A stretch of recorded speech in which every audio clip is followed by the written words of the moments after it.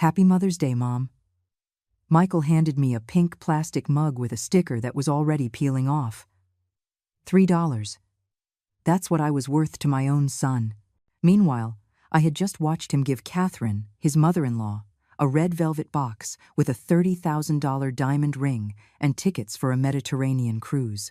For the woman who gave me my perfect wife, he said, kissing her hand as if she were a queen. To me, he said, I hope you like the tea, Mom. And my heart shattered right there, in front of the entire family gathered in the garden of the house I had bought for them. 71 years building a company, sacrificing my own dreams, and my son gave me trash while showering luxuries on a woman he had barely known for 5 years. Sophia smiled with satisfaction, stroking her mother's new ring, and I held that miserable mug, feeling my dignity burn between my hands. Thank you, son, I whispered. But inside, something broke forever. That night, alone in my house, I looked at the photos of when Michael was little. There I was, young and full of hope, holding him in my arms after working 12 hours at the factory. I remembered staying up all night sewing his school uniform because I didn't have money to buy a new one. I remembered selling my only piece of jewelry, my mother's ring, to pay for his college tuition. I remembered mortgaging my house to give him the money he needed to start his first business. I remembered coming home with my hands bleeding from so much work, but always with a smile for him. Honey, everything I do is for your future. I would tell him as I served him the hot dinner I had prepared after an exhausting day. And now, decades later, my future was a plastic mug. Tears fell on the yellowed photographs. In one of them, Michael was 8 years old and hugging me tightly after I bought him the bicycle he wanted so much. You're the best mom in the world, he had told me that day. Those words echoed in my mind like a painful reminder of what we once were. I got up and walked through the empty house. Every piece of furniture, every painting, every corner was filled with memories of the sacrifices I made for him. The sofa where I used to fall asleep reading him stories when he was little. The table where he did his homework, while I prepared the accounting books for the company I was building to leave him a legacy. The company. My entire life summed up in that word. Vance Textiles had grown from a small workshop in the garage to become one of the most important manufacturing companies in the city. 40 years of sweat, tears, and determination. All for him. All for him. Someday, this will be yours, son. I had promised him when he was 15 and complained that I worked too much. All of this is to ensure you have a secure future. But now, holding that cheap mug, I wondered if so many years of sacrifice had been worth it. I picked up my phone and looked at the text message he had sent me after the humiliation. Mom, I hope you understand that Catherine is like a second mother to me. She's always there when we need her. And what was I then? An old piece of furniture that was no longer useful? Sophia had come into our lives 5 years ago like a storm. From the first day, she had made it her mission to distance Michael from me with poisonous comments disguised as concern. It's just that your mom is very controlling, honey. A woman her age should be enjoying her retirement, not meddling in business. Retirement. As if any mother could retire from loving her son. But what hurt the most was seeing how Michael always defended her. Sophia's right, Mom. You've worked enough. It's time for you to rest. Resting meant disappearing, becoming invisible, ceasing to exist in their important decisions. And now Catherine, that woman who had appeared in our lives so recently, was receiving the honors that I had earned with decades of unconditional love. That woman who had never worked a day in her life, who lived off her dead husband's pension and the whims her daughter granted her. Catherine always arrived at family gatherings in expensive emerald green dresses, sparkling jewelry, and a fake smile that fooled no one except my son. Oh, Eleanor, what a lovely house you have, she would tell me in that cloying voice while her eyes calculated the value of every object. It must be very expensive to maintain all this. Her comments always had a double edge, like daggers wrapped in velvet. But Michael saw none of it. To him, Catherine was the perfect mother-in-law who always had time to listen to him, who never questioned his disastrous financial decisions, who applauded every one of his ideas, no matter how harebrained they were. It's just that my mom is always giving me unsolicited advice, he had told Sophia once, not knowing I was listening from the kitchen. Catherine trusts me. She makes me feel like a successful man. A successful man. My son, who had bankrupted 3 businesses, who lived off the money I transferred to him every month, who drove the car I had bought for him and lived in the house that was in my name. But Catherine made him feel successful simply by not telling him the truth. That Mother's Day night, as I held that miserable mug, I remembered every check I had signed to save Michael from his bad decisions. $50,000 when his first import company went bankrupt. Another $30,000 when he invested in that restaurant that closed after 6 months. And last year, $100,000 more when he got into that pyramid scheme that promised to double his money. "It's just a loan, Mom," he would always say. "I'll pay you back with interest when everything works out." But it never worked out, and the money never came back. I went to the study where I kept all the documents.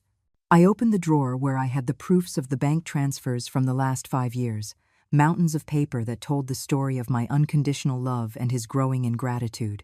A $15,000 transfer for the down payment on the new SUV, a $20,000 transfer for the vacation to the Caribbean that Sophia wanted so much, an $8,000 transfer for the engagement ring my princess deserves. His princess, that's what he called Sophia. He had never called me a princess, not even when he was a child, and I was his whole world. And there were also the receipts for all the gifts I had given them for Christmas, birthdays, anniversaries, the genuine pearl necklace for Sophia that cost $12,000, the Swiss watch for Michael that was worth $15,000, the Italian furniture for their house that I specially imported and that cost me $40,000. And what had I received in return? A $3 plastic mug. My phone rang. It was a text from Sophia. "Eleanor, I hope you weren't upset by today's gift. We're just a little tight on money these days. You know how the economy island? Tight on money." While they were giving $30,000 in jewelry to her mother, I replied coldly, "Don't worry, honey. I understand perfectly." But I didn't understand anything.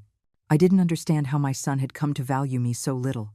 I didn't understand how a woman who had come into our lives just 5 years ago had managed to replace me in my own son's heart. I closed my eyes and transported myself to those Sundays when Michael was little and we were coming home from church. He would fall asleep in my arms as I drove home, and in the afternoons, we would bake cookies together. "When I grow up, I'm going to take care of you like you take care of me, Mommy," he would promise in his little boy voice. Where was that boy who promised to take care of me? At what point had he become this man who treated me like a stranger? The change had been gradual, so subtle that I didn't notice until it was too late. First, it was the less frequent visits. "It's just that Sophia prefers we spend Sundays with her family, Mom." Then the shorter calls. "I'm in a hurry, I'll call you later." And finally, the total indifference disguised as respect. "It's just that you're older now, Mom. You should be resting instead of worrying about us." Older. That word had become his excuse for everything. I was too old to have an opinion on his finances, too old to visit without notice, too old to expect to be included in their family plans. But I wasn't too old to sign checks, to solve his financial problems, to be his safety net every time he sank into his bad decisions. That night, sitting in my study surrounded by receipts and proofs of payment, I made a decision that would change everything forever. The next day, I woke up early as always. But this time, instead of feeling the familiar weight of sadness, I felt something different. A cold clarity, as if I had woken up from a long, confusing dream. I dressed in my gray business suit, the same one I wore for important meetings, and headed to the office. "Good morning, Mrs. Eleanor," greeted Martha, my secretary of 20 years. "How was your Mother's Day?" "Revealing," I replied without stopping. "Martha, I need you to get the bank on the line for me." And then the accountant. "We have important matters to resolve." I entered my office and took all the legal documents of the company out of the safe. Contracts, deeds, powers of attorney. 40 years of work summarized in those yellowed papers I had signed with the dream of building a legacy for my son. My phone vibrated. It was Michael. "Mom, did you deposit this month's money yet? Sophia saw some baby furniture that's on sale." The baby. Sophia was 3 months pregnant, and I had been the last to find out. "We forgot to tell you," Michael had said when he finally deigned to call me. "With so much on our minds, it just slipped." They had forgotten to tell me I was going to be a grandmother, but they never forgot to ask me for money. I read the message one more time, and something inside me hardened. I wrote, "Michael, we need to talk. Come to the office this afternoon." "Is everything okay, Mom? Did something happen with the company?" "Yes, something is happening with the company. Be here at 4. I hung up and dialed my lawyer's number. "Mr. Carter, it's Eleanor. I need to see you urgently. I want to make some changes to my documents." "Of course, Mrs. Eleanor. Is there a problem with the company?" "There's no problem. I just want to protect my assets." While I waited for the appointment, I reviewed the financial statements from the last 5 years. The numbers didn't lie. I had transferred over $500,000 to Michael in loans he never paid back. I had paid his debts, financed his whims, bailed him out of his mistakes, and on top of that, I had put the apartment where he lived in his name, given him 50% of the shares of one of my subsidiary companies, and signed a document naming him the beneficiary of my $2 million life insurance policy. All this while he was giving me plastic mugs. Martha came in with the coffee. "Ma'am, the call from the bank is on line 1. "Thank you, Martha." I picked up the phone. "Mr. Johnson, this is Eleanor Vance. I need to cancel all the automatic transfers I have scheduled to my son's account." "Are you sure, Mrs. Eleanor? Those transfers have been active for over 3 years." "Completely sure. And I also want to cancel the additional credit cards that are in his name. All of them." "Understood. Is there any problem we should know about?" "No problem at all. I'm just reorganizing my finances." After hanging up, I felt strangely light, as if a weight I had been carrying for years without realizing it had been lifted. I remembered the words Catherine had said during the celebration. "Oh, Michael is so lucky to have such a generous mom," although sometimes I think parents give too much and the children get spoiled. At the time, I thought it was just a casual observation. Now I realized it had been a taunt disguised as concern. That woman knew exactly what she was doing, sowing the seed of ingratitude in my own son. Parents who give a lot without demanding anything in return raise ungrateful children, Catherine had added while admiring her new ring. Luckily, my Sophia values me because I've never made things so easy for her. Sophia valued her because Catherine had never had anything to give. It was easy to value someone who wasn't a financial burden, who had no expectations, who simply existed without bothering. I, on the other hand, had been the constant provider, the problem solver, the safety net that was always there. And for that very reason, I had become invisible, a resource that was taken for granted, like the air we breathe. At 2 in the afternoon, Mr. Carter arrived. He was an older, trustworthy man who had handled all my legal affairs for the last 15 years. "Mrs. Eleanor, how can I help you?" "I want to change my will. I want to remove Michael as the main beneficiary and create a charitable foundation." The lawyer looked at me, surprised. "Are you sure? That's a very drastic decision." I have never been more sure of anything in my life. I told him what had happened on Mother's Day, the contempt, the public humiliation, the years of being treated like an ATM. "I understand your pain, Mrs. Eleanor, but don't you think it's better to talk to him first? I have been talking to him for 71 years. It's time for my actions to speak for themselves." We spent 2 hours drafting the new documents.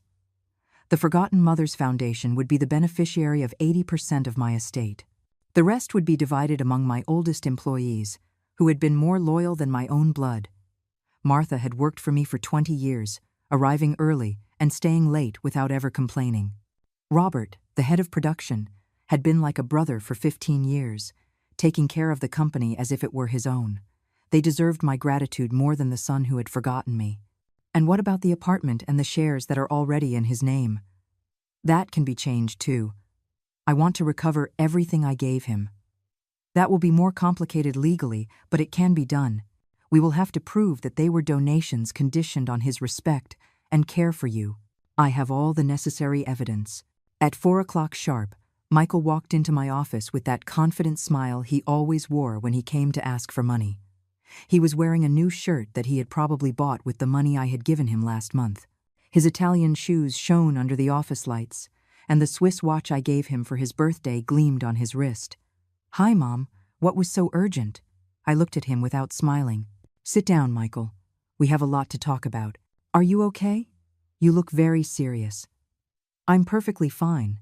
In fact, I've never felt better. I laid out all the transfer receipts, gift receipts, and property documents on the desk. Do you know what all this is? Michael looked at the papers nervously. Company documents? No, son. This is the evidence of everything I've done for you over the past few years. Every penny I've given you, every debt I've paid for you, every whim I've financed. His expression changed. The confident smile vanished, and that uncomfortable look he got when he knew he had done something wrong appeared. Mom, if this is about yesterday, I already explained that we're tight on money. We bought Catherine's gift months ago, when things were better. Months ago. My voice sounded colder than I intended. Are you telling me you planned for months to give your mother-in-law a $30,000 gift? But for me, you bought a $3 mug the day before? It's not what you think. Then what is it, Michael? Explain to me how your mother, the woman who gave you life, who sacrificed everything for you, is worth 10,000 times less than a woman you've known for 5 years. He shifted uncomfortably in his chair. Mom, you always exaggerate things. You know I love you very much. But Catherine is special. She never judges me, never pressures me, never makes me feel bad about my decisions. Of course she doesn't judge you. How could she judge the golden goose that supports her daughter? My voice rose. Do you think I'm stupid, Michael? Don't say that. Then explain something to me. I picked up one of the documents. This is the proof of the $100,000 transfer I made to you last year when you got into that pyramid scheme. Did Catherine help you with that? Mom, did she help you when your first business failed? When the restaurant went bankrupt? When you needed money for the down payment on the house? She doesn't have the resources to. Exactly. I slammed my palm on the desk. She has nothing to give, so it's easy to love her. She represents no responsibility, no commitment, no expectations. She's like an adorable pet that just eats and gets petted. Don't talk about Catherine like that. And how should I talk about myself, Michael? How should I talk about the woman who supported you for 35 years, who paid for your education, who gave you a job in her company, who bought you a house, a car, who has rescued you from every financial mistake you've ever made? He fell silent, looking down. Do you know how much money I've given you in the last 5 years? I pulled out the calculator. $547,000 in direct transfers, plus $200,000 in gifts, vacations, and debt payments, plus the value of the apartment I put in your name, $300,000. In total, over $1 million. His eyes widened. Mom, I didn't know it was that much. Of course you knew. Every time you got into trouble, you knew exactly who to call. Every time Sophia wanted something, you knew who would give you the money. But never, not once, have you come to ask me how I am, if I need anything, if I feel lonely. I thought you were fine. You have the company. You have money. I have money, yes, but I don't have a son who truly loves me. Tears started to well up in my eyes, but I held them back. Do you know when was the last time you called me just to say hello, without asking for anything? He thought for a moment, and that hurt me more than any answer. You can't remember, can you? Because it never happens. You only call me when you need something. That's not true. Michael, last night I checked your call history. In the last 6 months, you have called me 17 times. 17. And every single one of those calls ended with me transferring money to you or solving some problem of yours. Mom, things aren't that simple. Sophia is pregnant. We have a lot of expenses. The country's economic situation is difficult. And you think I don't have expenses? You think running a company is free? You think that at 71 years old, I don't have worries? But you've always been strong. You've always known how to solve everything. I've been strong because I've had no other choice. But I'm tired, Michael. I'm tired of being strong, of being the one who always gives and never receives, of being taken for granted. I stood up and walked to the window. The city stretched out before me. The city where I had built my empire working day and night, where I had built a company that provided jobs for 200 families. Do you know what hurts me more than yesterday's gift? I asked without turning to look at him. That Catherine received that ring in public, with a ceremony, with nice words. You gave me that mug as if you were getting rid of an annoying obligation. Mom, I'm so sorry. I didn't realize how it looked. You didn't realize because you don't see me, Michael. To you, I am invisible, except when you need money. I turned to face him. That's why I've made a decision. His face turned pale. What decision? I've canceled all the automatic transfers to your account. I've canceled your credit cards. And I'm changing my will. What? He shot up from his chair as if he had been electrocuted. You're crazy. I'm sane for the first time in years. You can't do that.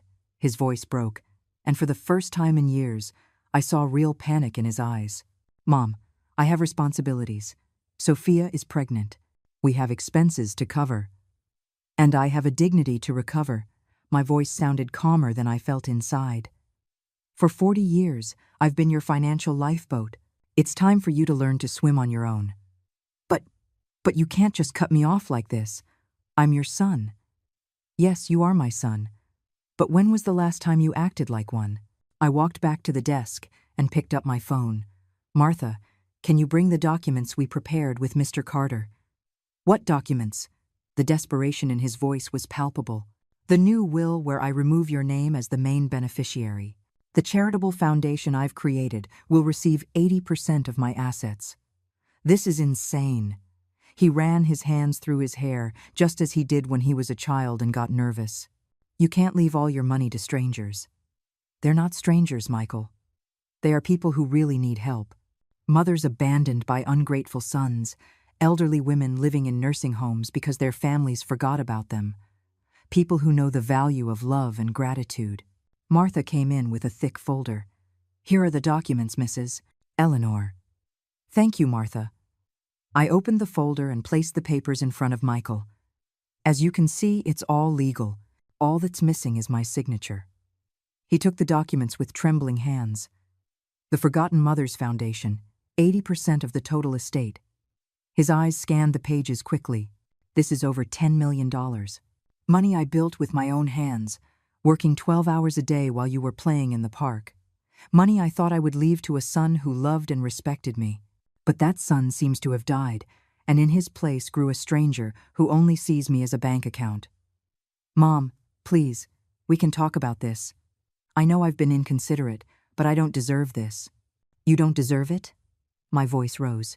What is it that you don't deserve, Michael? That your mother has dignity? That she demands a minimum of respect after a lifetime of sacrifice? I do respect you. Lies. I slammed the desk again.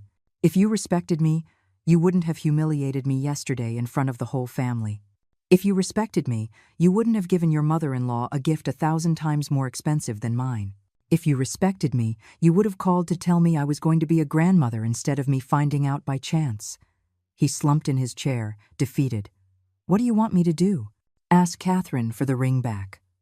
I want you to understand that actions have consequences. I want you to know what it feels like to be invisible, to be taken for granted, to be valued only for what you can give. My phone rang. It was Sophia.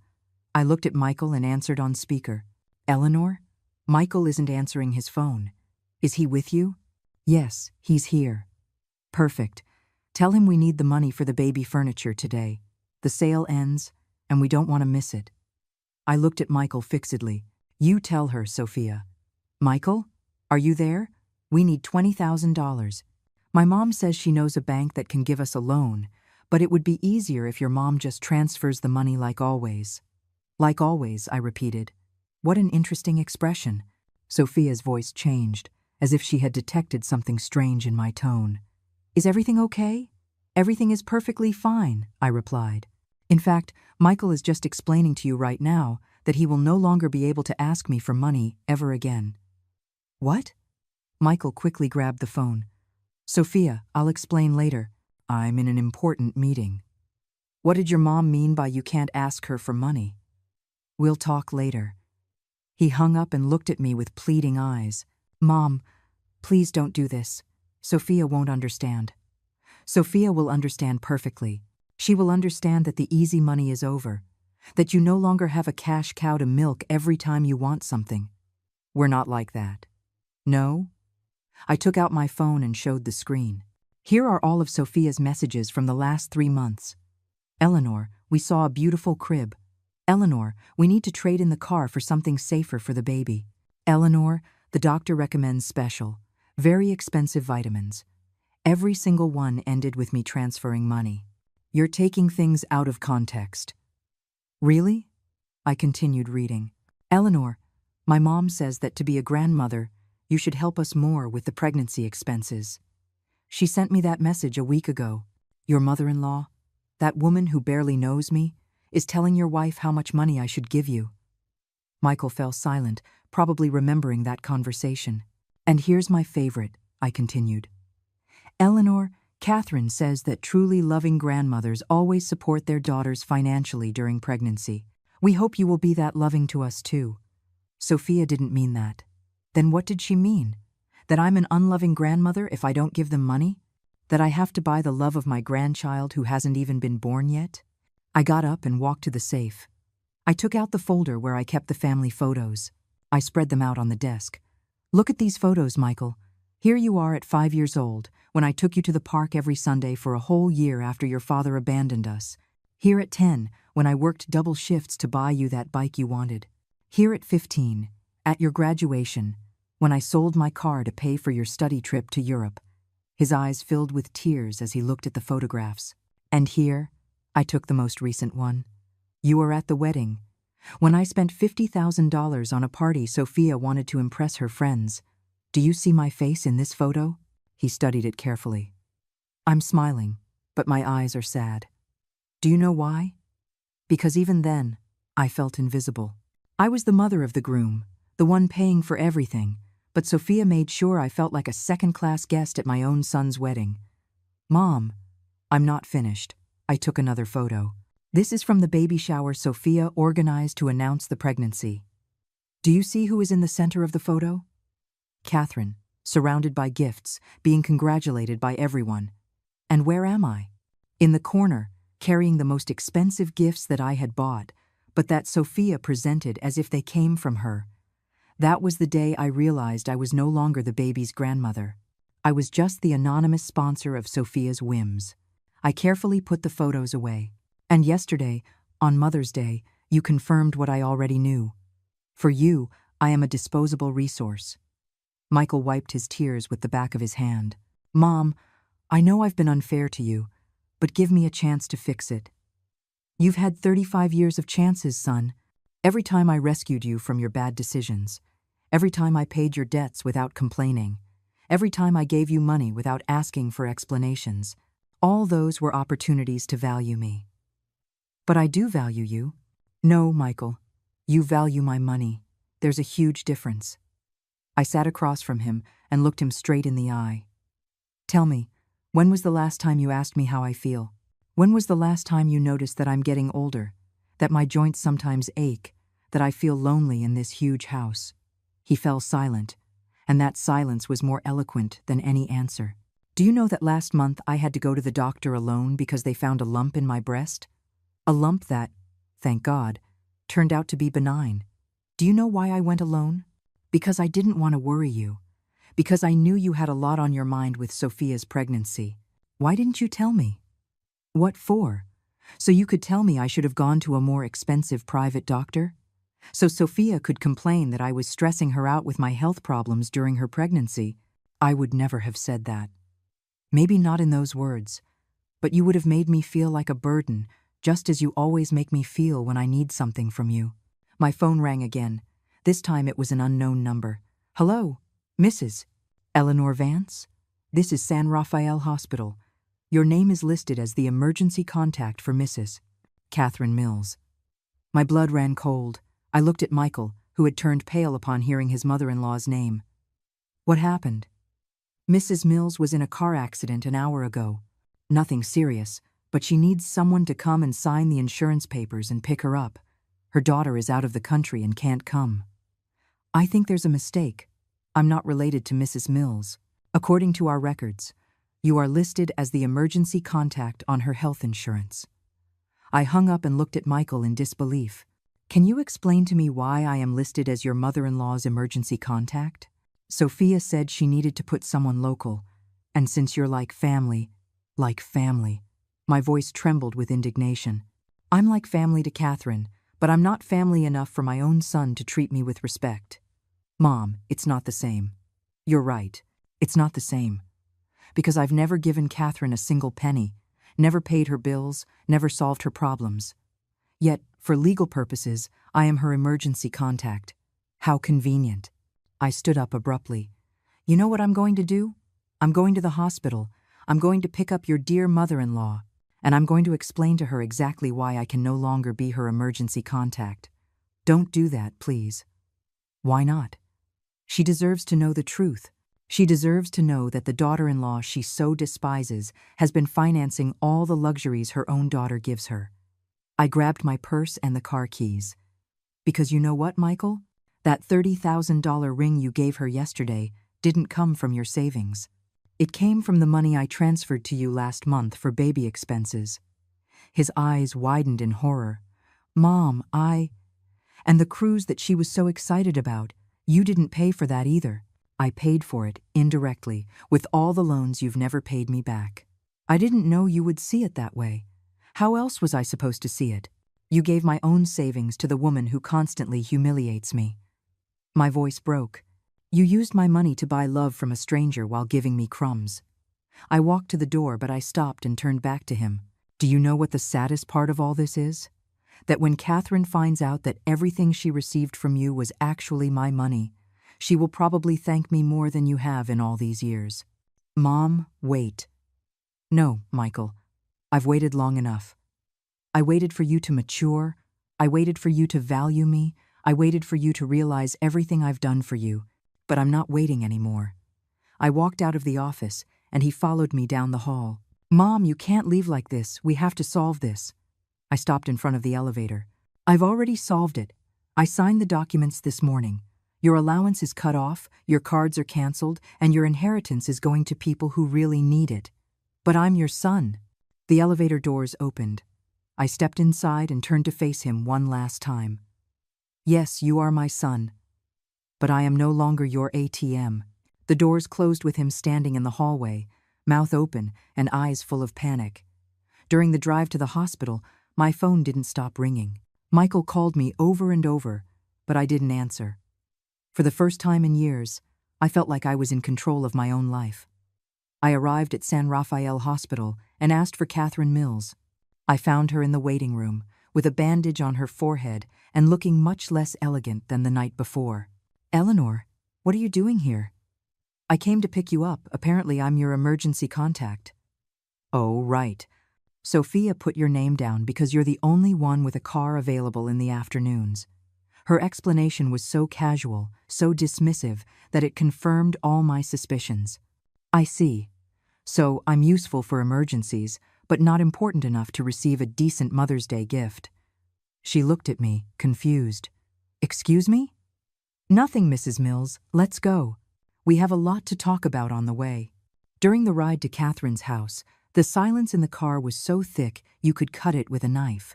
She was checking her phone, probably waiting for calls from Sophia or Michael, while I drove with a calm that surprised even myself. Thanks for picking me up, she finally said, without looking up from her phone. Sophia is at that work conference in Miami, and Michael must be busy with business. Yes, Michael is very busy, I replied with irony. Especially busy spending money that isn't his. She glanced at me. Are you okay, Eleanor? You sound strange. I'm perfectly fine. In fact, I've never felt so clear-headed. I stopped at a red light and looked at her directly. Mrs. Mills, do you know where the money for the ring you received yesterday came from? Well, from Michael, I suppose. He's a good boy, very generous with his family. Very generous with his wife's family, I corrected, because with me, his mother, he's not generous at all. Well, sons always get closer to the in-laws when they get married. It's normal. Normal? I let out a bitter laugh. It's normal for a son to give his mother-in-law a gift that's worth 10,000 times more than what he gives his own mother? Catherine shifted uncomfortably in her seat. I'm sure Michael has his reasons. Yes, he does. The reason is that you never ask him for anything. You never question him. You never demand any responsibility from him. It's easy to love someone who doesn't represent any burden. I don't understand what you're referring to. The light turned green, and I continued driving. I'm referring to the fact that the $30,000 ring you were so thrilled about yesterday wasn't paid for with Michael's money. It was paid for with mine. What? Every month, I transfer money to my son. Money for his expenses, his whims, his emergencies. That money ends up financing the gifts he gives you while he gives me crumbs. Catherine was quiet for a moment, processing the information. I'm sure you're exaggerating. Am I exaggerating? I took out my phone and showed her the transfer history. Here it island. 50,000 in March, 30,000 in April, 40,000 in May. All for baby expenses and family emergencies. Her eyes scanned the screen in disbelief. I didn't know. Of course you didn't know.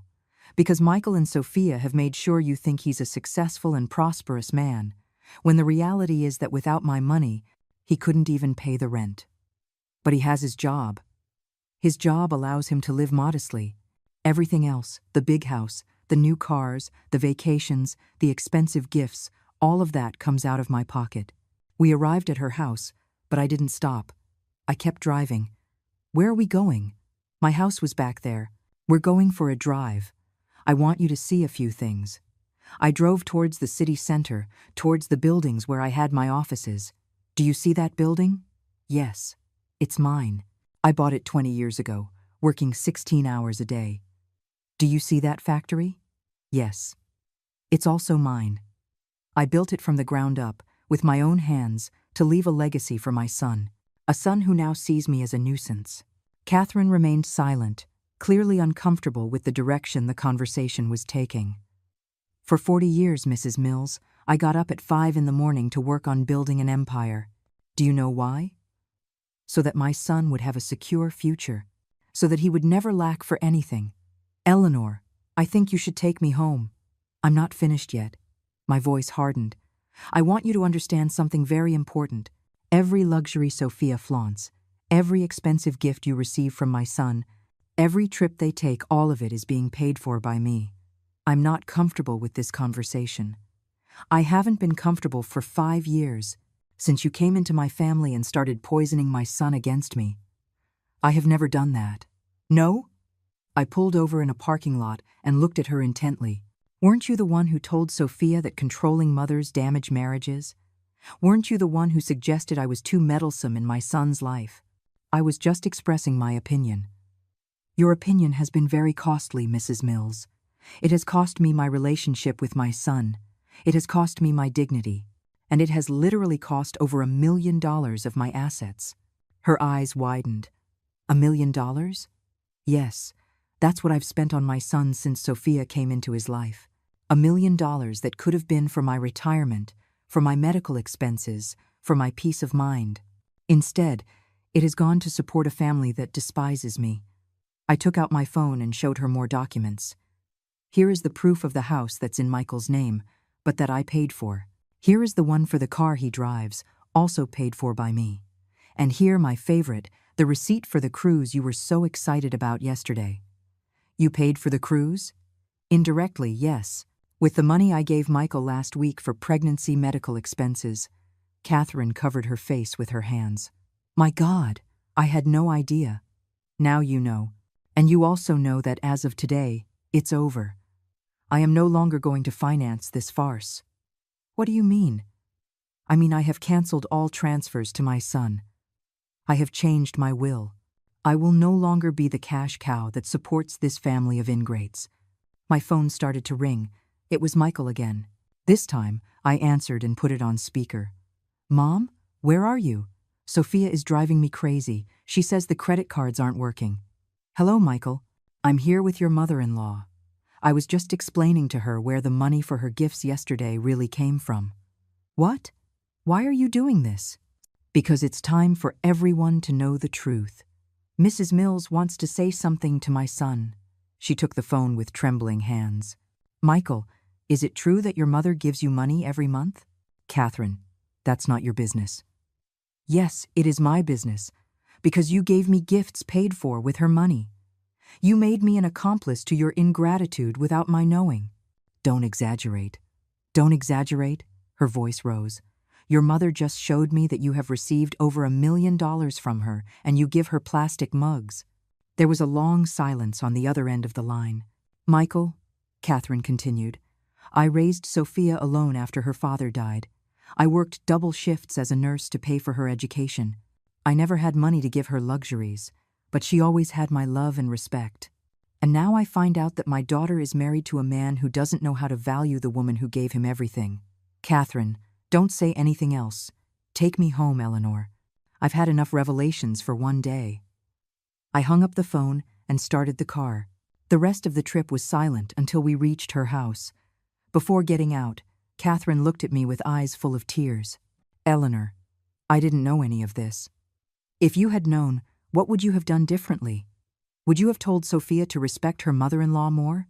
Would you have told Michael to value his mother? I would never have accepted such expensive gifts knowing they came from your sacrifice. It's too late for that." "No," she said firmly, "it's not too late. I'm going to return the ring, and I'm going to have a very serious talk with my daughter." When I got home that night, I found Michael waiting for me in the living room. He was sitting on the sofa I had bought him, in the house I had paid for, with his head in his hands. When he saw me come in, he immediately stood up. "Mom, we need to talk. We already talked this morning. I think I was very clear. Please, give me 5 minutes. Just 5 minutes." I took off my shoes and walked to the kitchen. He followed me like a lost puppy. "Sophia is hysterical. The cards aren't working. The bank says we no longer have access to the funds, and she doesn't understand what's happening. Now she's going to understand what it feels like to live on a real budget," I said, putting water on to boil for tea. "Something you should have learned years ago. Mom, I know I messed up.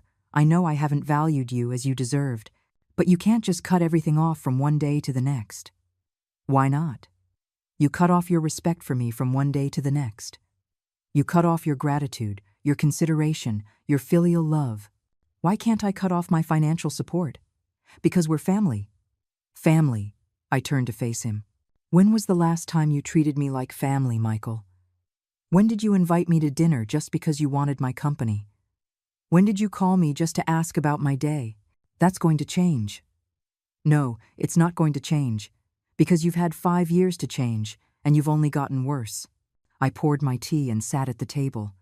"Do you know what Catherine told me before she got out of the car?" "What?" "That she's going to return the ring. That she feels ashamed to have received something paid for with my money while I was being humiliated." Michael slumped into a chair. "She doesn't have to return anything. She has more dignity in her little finger than you have in your whole body." I took a sip of tea. "And I barely even know her." My phone rang. It was Lily, my 16-year-old granddaughter, the daughter of my sister who had died in an accident 5 years ago. Since then, I had been in charge of her education. "Grandma Eleanor, hi honey, are you okay? My dad Michael called me very upset saying you had a fight." "We didn't have a fight, Lily. I made a very important decision. Can I come over? I'm worried." "Of course, my girl, I'll be waiting for you." I hung up and looked at Michael. "Lily is coming over." "Great. Now you're going to involve the whole family in this drama. Lily already knows everything that's important. She knows I'm a woman who respects herself, something you never learned to do." Half an hour later, Lily arrived at the house. She was an intelligent and mature young lady for her age, who had inherited my determination and common sense. Upon seeing Michael in the kitchen, she greeted him coolly. "Hi, Uncle." "Hi, Lily." She came over to me and hugged me. "Are you okay, Grandma?" "I'm better than okay, my love. I'm free." "Free from what?" "Free from pretending they love me when they only love my money." Lily looked at Michael with disapproval. "Is what my grandmother says true?" "Lily, things are not that simple. They seem very simple to me." She sat next to me. "Grandma tells us girls from school how you never visit her, how you never invite her to anything, how you only call her when you need money." "That's not true." Lily took out her phone. "I have screenshots of all the messages Sophia sends my grandmother. Just pure requests for money." Michael turned pale. "Why do you have that?" "Because Grandma shows me everything. She teaches me how I should not treat the people who love me." Lily took my hand. "Do you know how many of my school events Grandma Eleanor has come to this year?" I don't know. All of them. She's come to all of them. To every play, every award ceremony, every basketball game. Do you know how many you've come to? I've been busy. 0 times. 0. And that's even though Grandma always invites you. And, Lily, don't get involved in adult problems. These aren't adult problems. These are basic education problems. Her voice sounded more mature than her 16 years. Any 5-year-old child knows you have to be grateful to the person who takes care of you. Michael stood up, clearly frustrated. I didn't come here to get a moral lecture from a teenager. Then maybe you should leave, Lily said coldly. Because here, we only want people who respect my grandmother. She's my mom. Really? Lily stood up and faced him. Because I lost my mom 5 years ago. And since then, Grandma Eleanor has been more of a mother to me than you have been a son to her. Lily, that's enough. No, it's not enough. Do you know what Grandma does for me? She pays for the most expensive private school in the city. She buys me clothes, supplies, takes me to the dentist, helps me with my homework. And when I have problems, she stays up all night talking with me. Tears began to roll down Lily's cheeks. And I have never asked her for any of it. I've never demanded anything. I just give her love and respect, because that's what she deserves. Lily, do you know what I did for Mother's Day? I made her a photo album with all our moments together.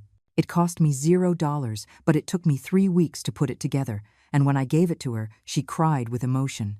I looked at my granddaughter with pride.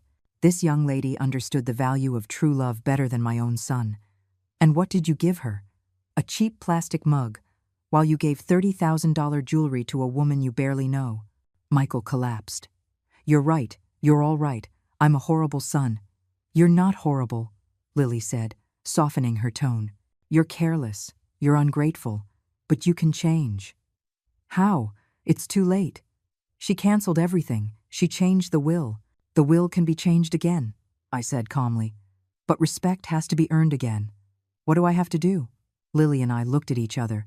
There was a plan we had been discussing for months, ever since we noticed Michael was becoming more and more distant.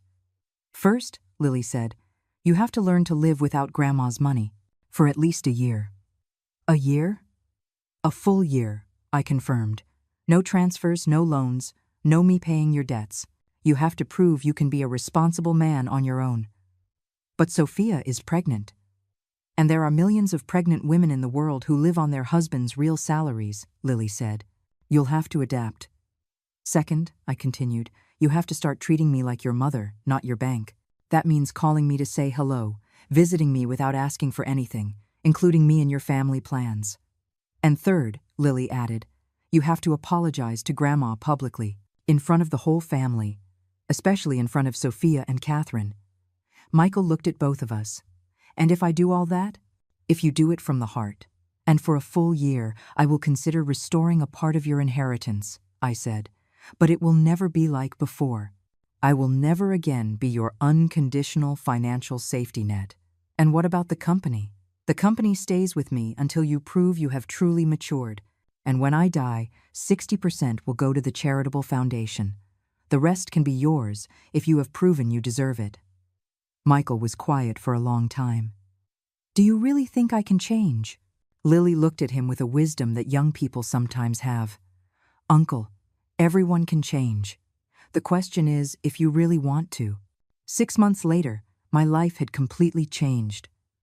I woke up every morning without the weight of constant worry about Michael's financial problems, without the desperate calls, without Sophia's manipulative messages, without the pressure of being the perpetual savior of a family that took me for granted. At first, the first 2 months were chaotic. Michael would call me 40 times a day, pleading, promising instant changes, inventing fake medical emergencies to try to get money from me. Sophia even showed up at my house screaming that I was a cruel grandmother who was endangering her unborn baby. You have a moral obligation to help us, she had screamed that rainy afternoon, her belly now noticeably swollen. Real grandmothers don't abandon their families. Real daughters-in-law don't abuse their mothers-in-law's generosity. I had replied with a calm that surprised me. And real sons don't humiliate their mothers in public. But the call that hurt me the most was from Michael one March night. at 2 in the morning, crying like he hadn't since he was a child. "Mom, please. We're running out of rent money. They're going to evict us. Sophia is threatening to go live with her mother. Then you'll have to move to a cheaper place, or she'll have to go with Catherine," I had replied, although it pained my soul to hear him cry. "How can you be so cold?" "I'm not cold, Michael. I'm a woman who has finally learned to say no." It was Lily who supported me through those difficult months. She would come to my house every afternoon after school. She did her homework at the kitchen table while I prepared dinner for the two of us. At night we would watch movies or just talk about her dreams, her fears, her plans for the future. "Do you regret what you did with Uncle Michael?" she had asked me one afternoon while helping me water the garden plants. Every single day, I confessed, "But I don't regret reclaiming my dignity. It's just that you seem so much calmer, Grandma. You don't have that constant worried look you had before." She was right. For the first time in decades, I slept through the night without startling awake, without wondering what new problem I would have to solve the next day. The Forgotten Mothers Foundation had officially started operating in April. With the help of Martha, who had decided to resign from her secretarial position to become the foundation's executive director, we had already helped 43 elderly women who had been abandoned by their families. "Mrs. Eleanor," Martha had told me one afternoon as we reviewed the new cases, "you can't imagine the gratitude of these women. Some of them hadn't had a visit from their children in years." "I can imagine it perfectly," I replied, because I was on the verge of becoming one of them. The case that had touched my heart the most was that of Mrs. Beatrice, an 80-year-old woman who had worked her whole life as a housekeeper to give her 3 children a college education. All 3 had become successful professionals, a doctor, an engineer, and a lawyer, but when she fell ill with diabetes and could no longer work, they simply disappeared from her life. "I'm no longer useful to them," Mrs. Beatrice had told me with a resignation that broke my soul. "When I was useful, when I could take care of their children while they worked, then they loved me." "Don't talk like that, Mrs. Beatrice. You gave them everything. They owe you everything. But children have no memory, my dear. They only have needs." Her words resonated in my mind for weeks. How many mothers in the world had experienced the exact same thing as me? How many women had sacrificed their own dreams to raise ungrateful children? It was in May that I received the first sign that maybe Michael was really starting to change. Instead of calling me to ask for money, he called to invite me to lunch. "Just for lunch?" I asked, surprised. "Just for lunch, Mom. I want you to meet the baby." Sophia had given birth to a beautiful little girl they had named Grace. When I arrived at the restaurant, a modest place, very different from the expensive restaurants where we used to meet when I was paying the bills, I found a transformed Michael. He was thinner, more serious, but also more present. He held the baby with a tenderness I had never seen in him, and when he talked about her, his eyes shone with a genuine love. "She looks like you when you were a baby," I said, stroking my granddaughter's pink cheek. "Sophia says she has your eyes. How is Sophia?" "Better. Much better since she stopped living with anxiety about money." He looked me straight in the eye. "And I'm better too." "How so?" "I've had to learn to be truly responsible for the first time in my life. I had to get a second job on weekends. I had to make a real budget. I had to say no to Sophia when she wanted things we couldn't afford." "And how did that feel?" "At first, horrible. I felt like a failure." He took a sip of water. "But then I realized it was the first time I felt like a real man, like someone who gets by on his own resources." During that lunch, Michael told me how he had to sell the car I had bought him and trade it in for a cheaper used one. How they had moved to a smaller apartment, but one more in line with their real income. How Sophia had to look for a job for the first time since they got married. "Sophia is working?" "Yes, she found a part-time job at a language school. At first, she complained a lot, but now she says she likes feeling productive." "And what does Catherine say about all these changes?" Michael smiled for the first time in the conversation. "Catherine has been our biggest supporter. Can you believe it? After our conversation that day at the hospital, she had a very serious talk with Sophia. She told her that a marriage can't depend on the in-laws' money to survive." "I'm very glad to hear that." "Mom," he said, taking my hands across the table, "I need to apologize to you. A real apology." "Michael." "No, let me finish. I've had 6 months to think about everything I did wrong. About how I treated you, how I took you for granted, how I allowed Sophia to disrespect you." His eyes filled with tears. "And I realized that you were right about everything. I didn't see you as my mother. I saw you as a money-dispensing machine. And now? Now when I hold Grace at night and watch her sleep, I think of you. I think of all the nights you stayed up taking care of me when I was sick. I think of all the times you worked late so that I would want for nothing." He wiped his tears with the back of his hand. "And I understand that if Grace ever treats me the way I treated you, I will die of a broken heart. But Grace isn't going to treat you like that," I said softly, "because you are going to teach her the value of gratitude, something I never taught you." "Yes, you did teach me, Mom. The problem is I didn't want to learn." That afternoon, when I returned home, I sat in my garden and cried for the first time in months. But they were not tears of sadness. They were tears of relief, of hope, of a happiness I thought was lost forever. Lily came home from school and found me like that, crying silently among my roses. "Are you okay, Grandma?" "I'm perfect, my love. I think my son is starting to come back home." "Does that mean you're going to change the will?" "It means I'm going to keep waiting. But for the first time in years, I have real hope." That night, as I was getting ready for bed, I looked at my reflection in the mirror. I saw a 71-year-old woman who had regained her dignity, who had learned to value herself, who had understood that true love is not bought with money. "I don't need permission to live today," I told my reflection, remembering the phrase Lily had written on a card for me. And for the first time in decades, I fell asleep in complete peace, knowing that I had chosen happiness over convenience, dignity over comfort. The next day, the phone rang early. It was Michael. "Good morning, Mom. I was just calling to say hello and ask how you slept." I smiled. Maybe, after all, it's never too late for a son to learn how to truly love. 2 years later, my life had become something I had never imagined possible. This year's Mother's Day morning began very differently from that terrible celebration that had changed everything forever. I woke up to the smell of freshly brewed coffee and the sound of laughter coming from the kitchen. When I came downstairs, I found Lily preparing breakfast while Grace, now 2 years old, played with her blocks on the floor. My granddaughter had grown into an elegant and mature 18-year-old young woman who had won a full scholarship to study medicine. "Good morning, Grandma Eleanor." Lily greeted me with a radiant smile.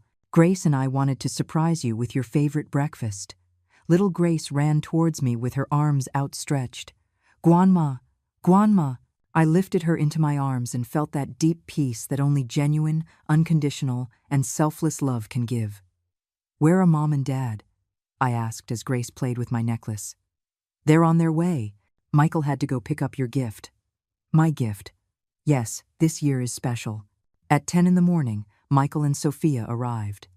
But not alone. They were accompanied by Catherine, who had become an unexpected ally during these 2 years of family reconstruction.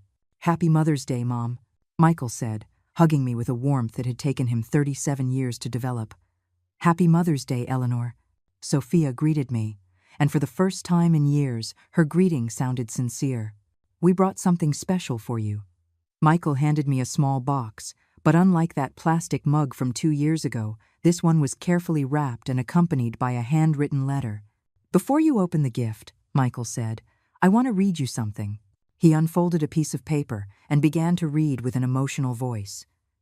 "Dear Mom, it has been 2 years since you taught me the most important lesson of my life. 2 years since you forced me to grow up, to mature, to value what really matters.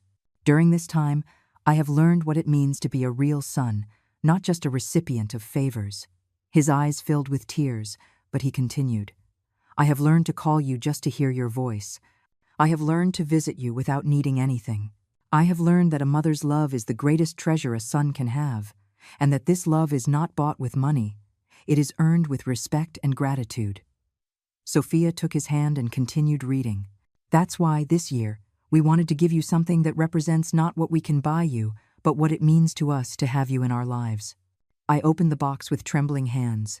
Inside was a simple silver ring with a small green stone, my favorite color, and an inscription that read, "For the woman who taught us the value of dignity. With eternal love, Michael, Sophia, and Grace." "It's not expensive," Michael said quickly. In fact, it cost less than $200. But we bought it with our own savings, after months of setting aside money, penny by penny. And every penny we set aside, Sophia added, we were thinking of you, of your sacrifice, of everything you did for us without us valuing it. Tears streamed down my face uncontrollably. This simple ring was worth more than all the expensive jewelry I had ever received because it came from the right place, from genuine love, not from obligation or guilt. There's something else, Catherine said, approaching. Sophia and I have been working on a special project. Sophia took out a large photo album. We collected all the photographs we could find of your life, from when you were young until now, and we asked everyone who knows you to write something about you. I opened the album, and the first page took my breath away. It was a photo of me at 20, holding a baby Michael with a smile full of hope and love. Beside it, in Sophia's careful handwriting, was written, "For the woman who sacrificed her own dreams to make ours come true. Forgive us for taking so long to understand." I turned the pages slowly. There were photos of my youth working in the factory, of my first days as a business owner, of Michael's birthdays, of family moments I had forgotten. And on each page, messages written by employees from my company, by Lily, by friends, even by some of the women from the Forgotten Mothers Foundation. Mrs. Eleanor, Martha had written, "You taught me that a woman can be strong and successful without losing her maternal heart. Thank you for being my role model." Grandma Eleanor, Lily had written, "You saved me when I lost my mom. You gave me love, education, and above all, you taught me to be a dignified woman. Everything I am, I owe to you." But the message that moved me the most was at the end of the album, written by Michael. "Mom, for 35 years I believed that being your son gave me rights over your love, your money, your time. It took me a long time to understand that being your son gave me responsibilities. The responsibility to take care of you, to value you, to make you feel proud. Today, watching Grace grow, I understand every sacrifice you made for me. And I promise that the last years of your life will be the best. Because you finally have the son you always deserved to have." I closed the album and looked at them all. My family had changed, had grown, had learned what true love meant. "Do you know what the most beautiful thing about all this is?" I told Michael. "That Grace will grow up seeing how a mother should be treated. She will grow up knowing that love is shown with actions, not just with words." "She's already learning it," Sophia said. "Yesterday she told me that when she grows up, she's going to take care of her Grandma Eleanor just like her Grandma Eleanor takes care of her." Grace, who had been playing on the floor, ran over and handed me a drawing she had made with crayons. It was a green heart with stick figures representing the whole family, and in the center, in crooked letters, she had written, "I love you, Grandma." That afternoon, after everyone had left, I sat in my garden with Lily. The same garden where 2 years ago I had cried with pain and humiliation was now witness to my complete happiness. "Do you regret being so tough on him?" Lily asked me as we drank tea. "Never," I replied without hesitation. Sometimes true love requires being tough. Sometimes teaching requires saying no when it hurts. "And what about the inheritance?" "I've already modified the will again. Michael has regained his place as a beneficiary, but not as before. Now the company will be for him and for you to run together. The foundation will continue to receive a significant part because there are many mothers who need help. And the money? The money will be divided among the family, the employees, and the foundation. But there's one condition." "What is it?" "That Grace never knows how much money she will inherit. I want her to grow up working for her own merits, to value what she has, to understand that real wealth is not in the bank, but in genuine relationships." That night, as I was getting ready for bed, I looked at my reflection in the mirror. I saw a 73-year-old woman who had regained not only her dignity, but also her family. A woman who had learned that sometimes you have to lose everything to gain what really matters. I put on the ring Michael had given me and smiled. This small silver band represented something that no expensive jewel had ever achieved. Love earned, respect deserved, a family rebuilt. Today I have everything I ever wanted. I told my reflection, a family that truly loves me. And I fell asleep in the deepest peace I had ever known, knowing that true love always finds its way back home.